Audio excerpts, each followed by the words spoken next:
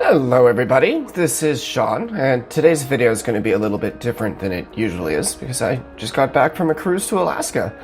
As you can see, the boarding process was relatively quick. They've got some really interesting stairs that are automated and go up there. I'm not actually supposed to be filming this part. Going through customs and everything was really easy, and then once we get on the boat, they scan our card. There was a promenade that went around the outside of the deck. Once we got inside, there's a lot of lounges, clubs, bars, restaurants all over the place, and they all had wonderful views. The food was great, the drinks were plentiful and very easy to get. Definitely would do it again. They had a large atrium in the center of the ship that was a few stories tall.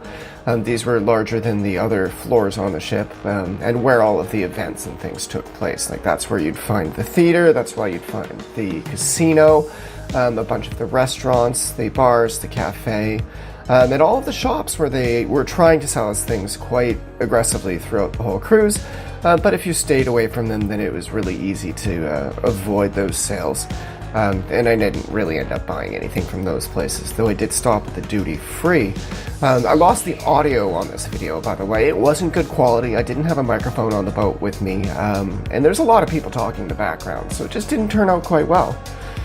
Taking a little tour over the top level of the atrium right now, just so that you can see sort of what those floors looked like. I continued back there to a few more lounges. There were pools on the deck. The water in those pools was waving around quite a bit. The water was warm, but I didn't really partake myself because I was feeling a little bit seasick in the evenings until I started taking Gravol. Views were amazing. It was a little bit insanely windy on the top deck of the boat, so I didn't actually get as much film of this boat as I thought I would. With the rocking around and enjoying myself, I just didn't see a reason why I should break out the camera. I was on vacation. I didn't want to turn this into a chore. And I'm pretty sure that you'd agree that that's probably a good thing to do if you want to keep your sanity. Down there you can see the pools that they reserved for for crew members. They were closed for the entire trip, probably because it's going to Alaska and it's cold. This was filmed on our first ocean day, so you can barely see the coast of BC in the distance there. We couldn't make out Haida Gwaii until late in the evening, but it was neat being in the ocean and not seeing anything around. I've never had an opportunity to do that. The deck I'm exploring now continues around the entire front of the ship. It was super windy, but a nice place to go if you didn't really want to see any people or deal with things as much. Because it's really just quiet up there. No one else wanted to deal with the wind levels.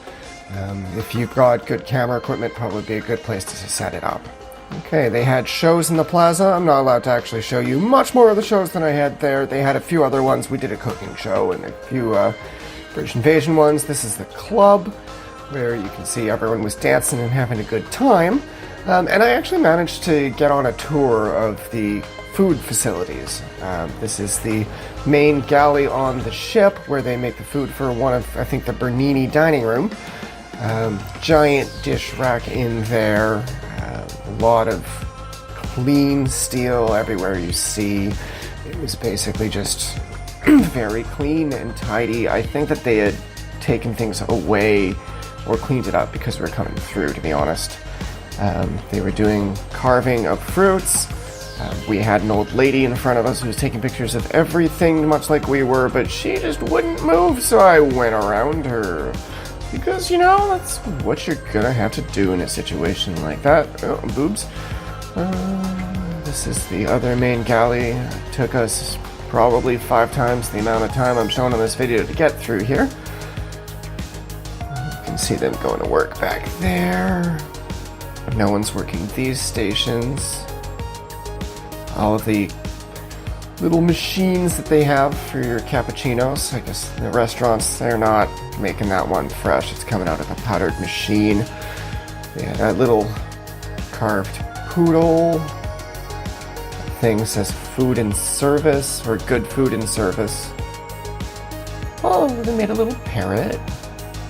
They had a bread station specifically for people that have... Oh, they have a real coffee machine. I missed that when I was walking through there.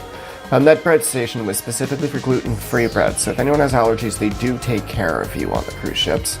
And that was my tour. If you want to see more of the views of the tour or of what Ketchikan looked like, check out my next videos. They'll be coming out in the next weeks. Otherwise, have a great night!